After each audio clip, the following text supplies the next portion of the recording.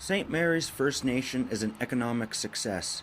Behind their success stands a community of 1,700 Maliseet and 200 staff.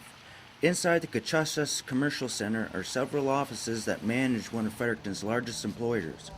Business is booming all over the St. Mary's Reserve. The housing, roads, and infrastructure have flourished.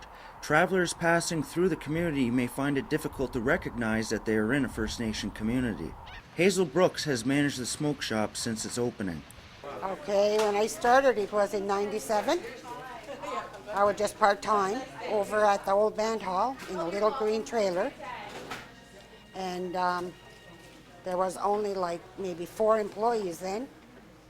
And we grew now to, I think, almost 200. We moved over here. I think it was '99 we moved over to the convenience store right in this vicinity here. And it was called the convenience store. And we sold groceries, tobacco, pop, and everything like mulatto. We were here, I think, 2 years. Then they started building the supermarket. And it just grew, kept growing. Why do you feel that it kept growing?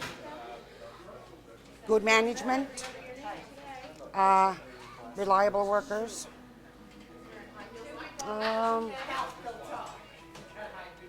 And lots of hard work. Mike Hennessy works for the Joint Economic Development Initiative located in the Kachusas Commercial Center. But in the context of the province, St. Mary's has a lot more going on than most First Nations in New Brunswick. I've had the opportunity to travel to probably 10 of the 15 First Nations in the province, and some of them are doing well. Some of them are still improving, but St. Mary's is kind of like the standard for everybody else in the province as far as the diversity of all of their businesses that they have, and the success rate of their businesses is very, very impressive. But it wasn't always like this in the community. 52-year-old Candace Paul has been chief of the St. Mary's for almost a decade. She remembers what St. Mary's was like when she was a little girl. It was a very poor community. The housing was,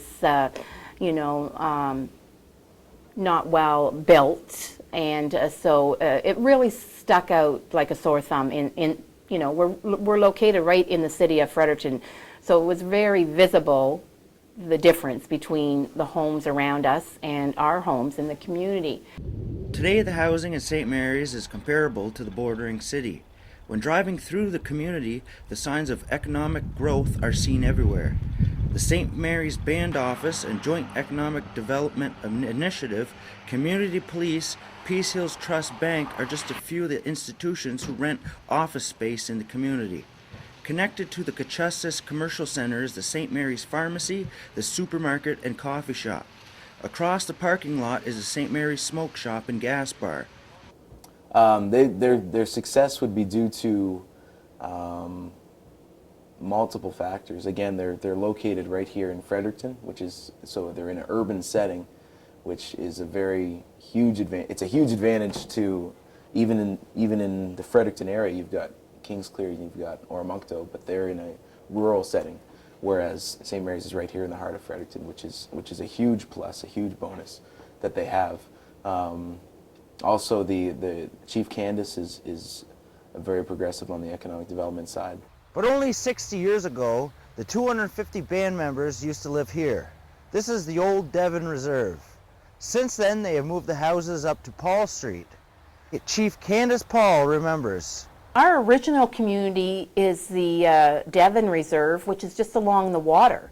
My mother is 77 years old. She was born in a house. Just that little spot? Just that little spot down there, the little square. But in that little square, there was, a village, and a lot of people. And so my mom was born there, right by the water. And then in about 1960, they started building houses up here on the hill. They moved them from down the lower part and moved them up on the hill.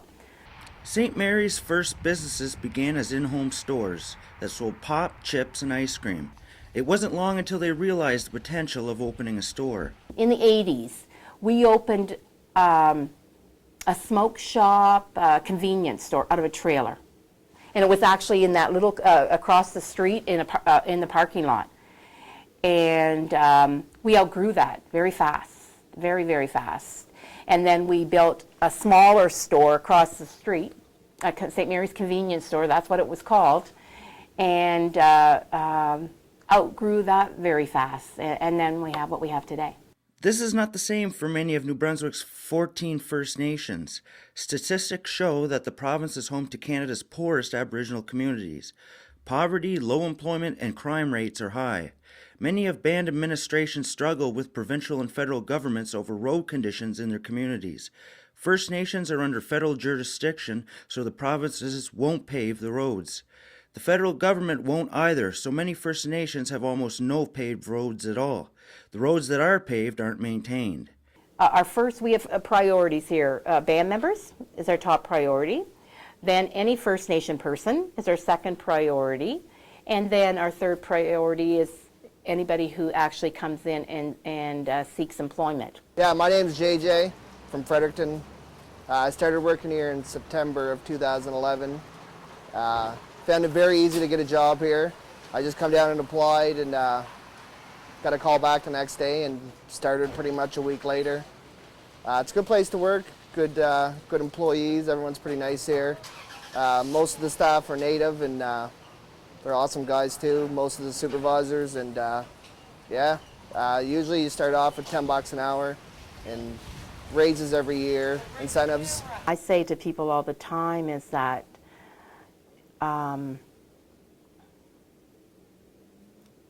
some communities are not used to good leadership.